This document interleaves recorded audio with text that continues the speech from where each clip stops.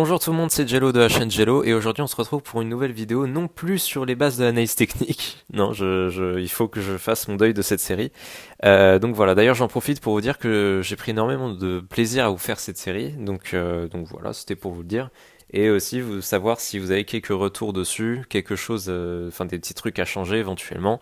Par exemple, voilà, les introductions sont trop longues, des choses comme ça. Parce que mine de rien, c'est une série qui a énormément évolué. J'ai d'abord commencé par faire des vidéos assez courtes et très vulgarisées, et au fur et à mesure, je me suis dit, ouais, bon, allez, on va développer un peu plus, etc., etc. Donc voilà, n'hésitez pas à me dire ce que vous en avez pensé pour que je puisse m'améliorer. Aujourd'hui, on va plutôt se retrouver sur une vidéo qui est un peu particulière. En fait, de base, je voulais vous faire des vidéos qui étaient très très poussées, très techniques et tout.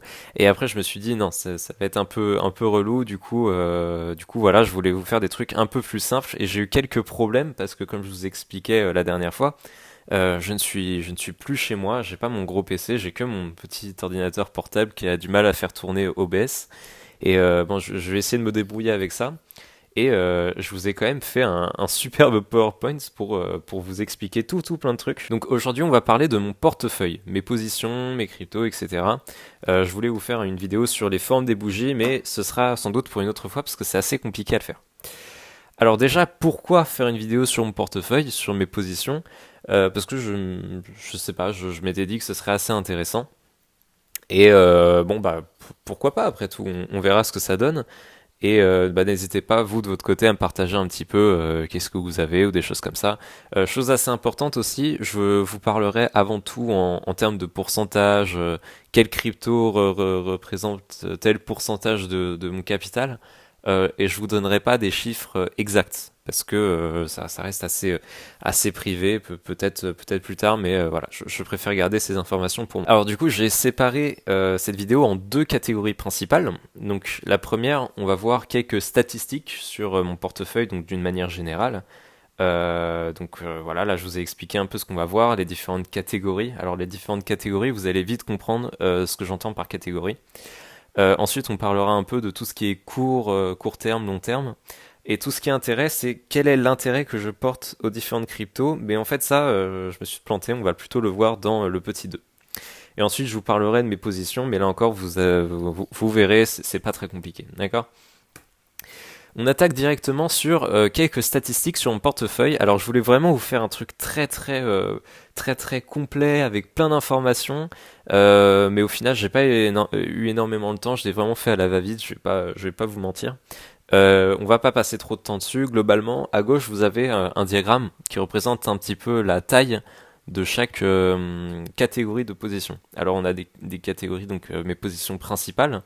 Ce que j'entends par mes positions principales, c'est les plus grosses en fait. C'est vraiment, j'en ai une très grosse quantité. Ensuite, secondaire, c'est plutôt c'est des quantités un peu plus intermédiaires en fait, si vous voulez. C'est assez moyen, d'accord? C'est des positions de taille moyenne, ok? Tertiaire, on commence à s'attaquer à des petites positions, donc des choses que j'ai pas forcément.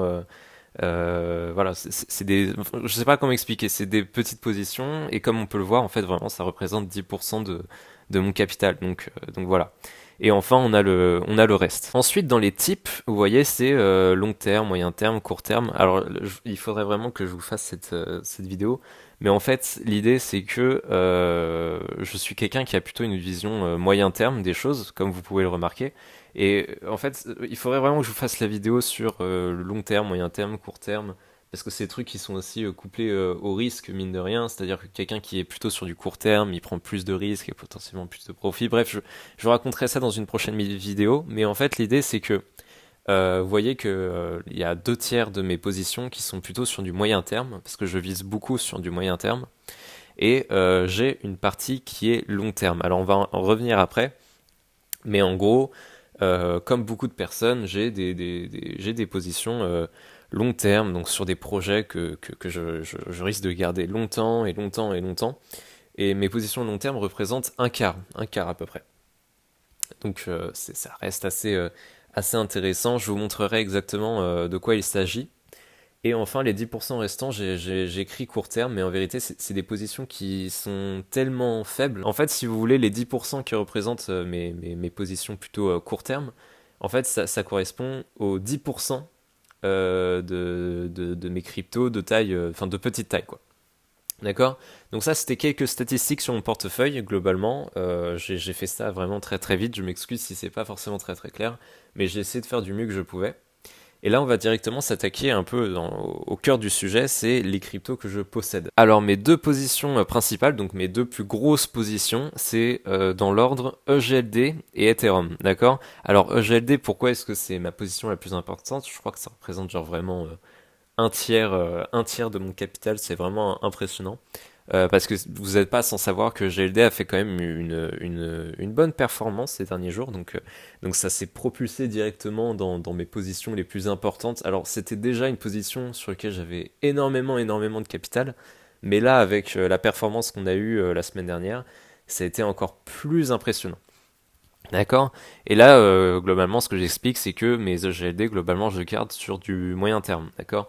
Ce que je marque dans la catégorie intérêt, c'est quel intérêt j'ai à avoir ce projet. D'accord? Donc là, sur les deux projets, Ethereum et EGLD, c'est le projet en fait qui m'intéresse. D'accord? Les deux, enfin, de toute façon, si vous êtes dans les cryptos et que vous connaissez ni EGLD ni ETH, c'est vraiment kafkaïen, bien sûr, mais c'est vraiment dommage. Donc intéressez-vous à EGLD, mais normalement vous devez connaître quand même. Ethereum, comme on peut voir, c'est mon portefeuille long terme. C'est-à-dire qu'à chaque fois que je vise sur le long terme, par exemple, je sais pas, je vends une position de taille moyenne, et l'argent que je gagne avec cette position, je sais pas, parfois je sais pas exactement où est-ce que je vais les réinvestir. Et quand je sais vraiment pas, quand je vois qu'il n'y a pas forcément de projet qui me plaît actuellement, souvent je les verse directement dans mon portefeuille long terme, enfin dans mes positions long terme. Et mes positions long terme, c'est tout ce qui est Ethereum. Et là encore, l'intérêt que je porte à Ethereum, c'est davantage par rapport à son projet. Mais bon, ça je pense que c'est comme beaucoup de personnes. Alors j'en profite du coup pour vous donner des stats un peu plus exactes sur ces deux positions. Alors en fait, GLD représente actuellement environ 30% de mon capital et Ethereum environ 24%. D'accord? Maintenant, on va passer aux positions qui sont de taille un peu plus intermédiaire en quelque sorte. Vous allez comprendre. Ce sont mes positions qui sont à mi-chemin entre des petites positions et des grosses positions. Alors, j'en ai trois, bien évidemment. Alors, la première, ça va être AAV. AAV, donc ça, c'est un projet que j'aime beaucoup. D'une manière générale, tout ce qui touche un peu à la DeFi, je pense, comme beaucoup de personnes, c'est forcément intéressant. Donc là encore, tous les projets que j'ai là, c'est davantage des projets un peu moyen terme. Et typiquement ici, tout l'intérêt que je porte à AAV, c'est surtout au niveau du projet. Tout ce qui est DeFi d'une manière générale, moi je trouve que c'est vraiment intéressant. Surtout, je crois qu'ils n'ont pas exposé tant que ça. En tout cas, je pense qu'il y a peut-être un avenir un peu plus radieux durant ce bull run pour la DeFi. Enfin, j'espère en tout cas qu'il y aura un intérêt parce que la DeFi, ça reste quelque chose d'assez important. Donc c'est pour ça que j'aimerais bien que bon bah voilà ça pète un petit peu plus, mais bon pourquoi pas. Alors je tiens aussi à préciser que AAV c'est pas non plus mon projet préféré. Alors c'est un projet que j'aime énormément, mais c'est pas mon préféré. En fait on va retrouver mon projet préféré juste après. Ensuite on a Polkadot. Bon ça le Polkadot vous connaissez, je pense que vous connaissez.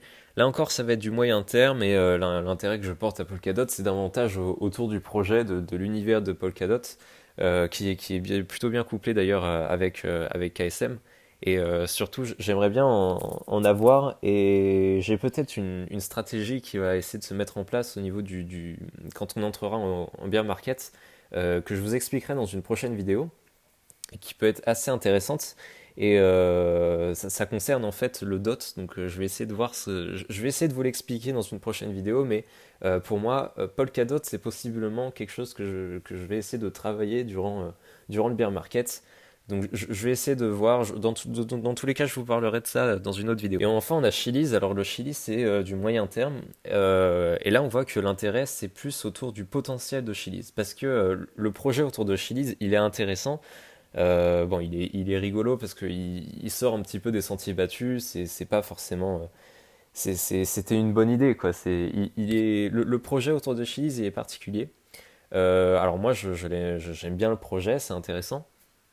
Mais quand tu compares Chiliz par rapport à des projets comme Polkadot, AAV, Ethereum, des choses comme ça, Je suis un petit peu moins fan du projet de Chiliz. Alors pourquoi est-ce que j'en ai et pourquoi ça représente une position secondaire dans mon portefeuille? Tout simplement parce que je pense sincèrement que Chiliz peut quand même faire de belles performances à l'avenir. Alors je crois que je vous l'avais raconté il y a quelques temps, mais Chiliz, s'il retourne à son ATH, enfin, je pense qu'il devrait retourner à son ATH un jour, parce que je crois qu'il est plutôt bien incorporé un petit peu à son univers, donc c'est en lien avec le monde un peu sportif, et là, par exemple, ils ont par exemple beaucoup de partenariats avec des clubs de foot, des clubs de trucs américains, bref, je connais pas tellement, mais ça m'étonnerait pas que durant le prochain bull run, on les revoit. Donc je pense qu'ils devraient retourner à un moment ou un autre à leur ATH. Et si Chili's devrait retourner à son ATH, alors dans ce cas-là, ça me ferait un bon pourcentage.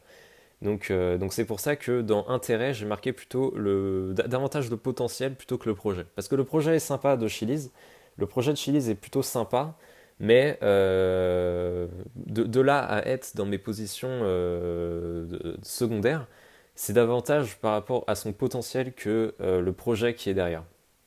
D'accord?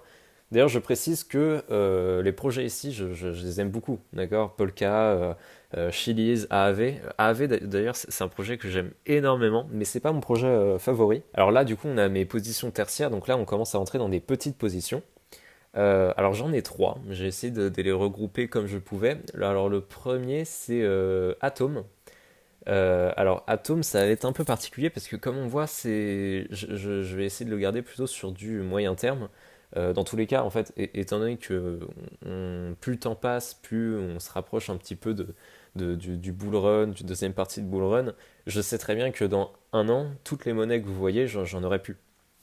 D'accord? Alors j'en rachèterai peut-être après, mais je pense les vendre avant. D'accord? C'est pour ça que la plupart du temps, c'est plutôt du moyen terme. Et l'intérêt que j'ai par rapport à Atom, c'est plutôt la confiance que les gens mettent envers Atom. Atom, je vais être franc avec vous, le projet, alors je me rappelle encore moins maintenant, quelqu'un m'avait raconté un petit peu le projet, quelqu'un qui aimait vraiment, vraiment tout ce qui est univers cosmos, des choses comme ça. Et d'une manière générale, je sais qu'il y a beaucoup de personnes qui aiment beaucoup le projet qu'il y a autour de ça, mais je crois que je me suis jamais vraiment trop penché dessus. Mais je sais que beaucoup de personnes m'ont dit ah mais tu devrais vraiment regarder, c'est vraiment bien pour moi, c'est vraiment quelque chose d'incroyable. Et bon bah voilà, j'en ai pris parce que on m'a dit que ça pouvait être intéressant. Bon, j'ai préféré en prendre, on sait jamais, mais objectivement, c'est l'un des rares projets que j'ai enfin que je ne connais pas vraiment quoi. À l'inverse, de l'autre côté, on a VET qui est, je pense que c'est ma crypto préférée parce que le projet est vraiment vraiment rigolo drôle. Enfin, en vrai, le projet il est surtout utile, c'est-à-dire qu'on est vraiment sur le projet de VeChain. Il est d'utilité, alors pas d'utilité publique, mais il a un intérêt, il a un véritable intérêt.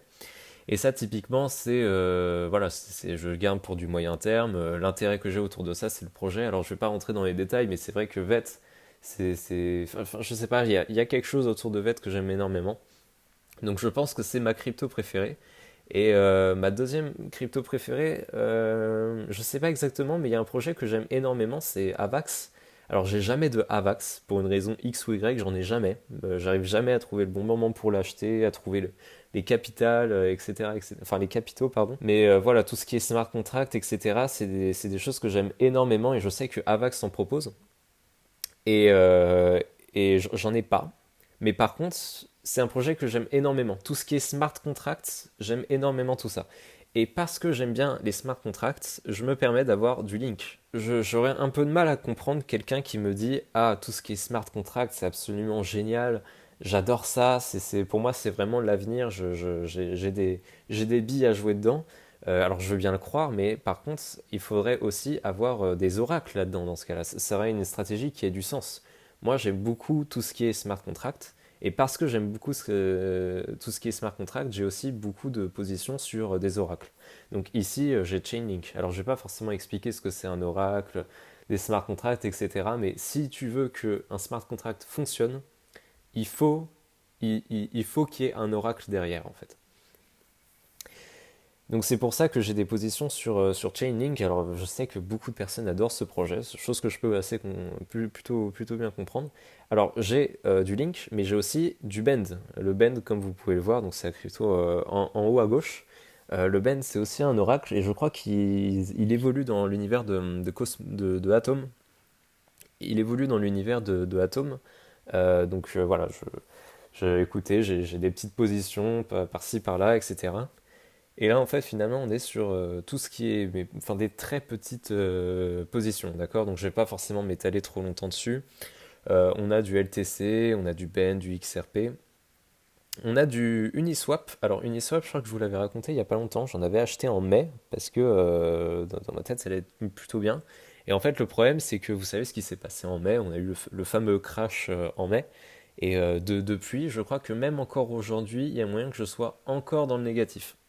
Et du coup, bah, je préfère les garder. Et en fait, le truc qui est aussi drôle, c'est que, comme vous pouvez le voir, j'en ai depuis mai. Et sauf que, entre-temps, mon portefeuille, il a tellement changé qu'aujourd'hui, mes positions sur Uniswap, ça représente vraiment, mais genre, une infime quantité de crypto que je possède. D'accord? Et comme on peut le voir en bas à droite, j'ai aussi un peu de OMG. Alors ce qui est drôle, c'est que OMG, je crois que j'en ai depuis août, et c'est vraiment quelque chose. Je pense que depuis la rentrée, c'est sans doute mon meilleur move que j'ai fait sur OMG, dans le sens où j'ai réussi à prendre beaucoup de positions avec OMG. J'ai récupéré ma position initiale au moment où ça a commencé à monter très très fort, et au final, j'ai vraiment réussi à faire du DCA inversé au fur et à mesure. Ce qu'il faut savoir, c'est que OMG, c'était parmi mes positions, enfin parmi mes plus grosses positions en fait avant. Et à force de faire du DCA, de prendre mes profits au fur et à mesure, aujourd'hui, ça représente enfin, aujourd'hui, OMG, ça représente quasiment rien dans mon portefeuille. Et même si on a eu la grosse correction depuis quelques semaines sur OMG, bah en fait, ça me fait ni chaud ni froid parce que j'ai fait tellement de profits autour de OMG que au final, c'est pas très important. D'accord? Donc voilà, toutes mes toutes petites positions, faudrait que je les vende en fait, un de ces quatre, parce que il y en a certains clairement qui me servent strictement à rien. Mais bon, on verra un petit peu, je verrai ce que je vais faire avec tout ça. Voilà, donc c'était une vidéo sur mes différentes positions. J'espère que c'était intéressant. J'ai essayé d'expliquer certaines choses. Pourquoi est-ce que j'avais des positions, par exemple, sur Chili's en grosse position, alors que c'est pas forcément ma crypto favorite ou des choses comme ça. J'ai essayé de vous expliquer tout ça. N'hésitez pas à me dire, vous, quel projet, enfin, qu'est-ce que vous trouvez intéressant, éventuellement des conseils que vous avez à me donner. N'hésitez pas, parce que je suis forcément preneur d'informations, ça c'est sûr.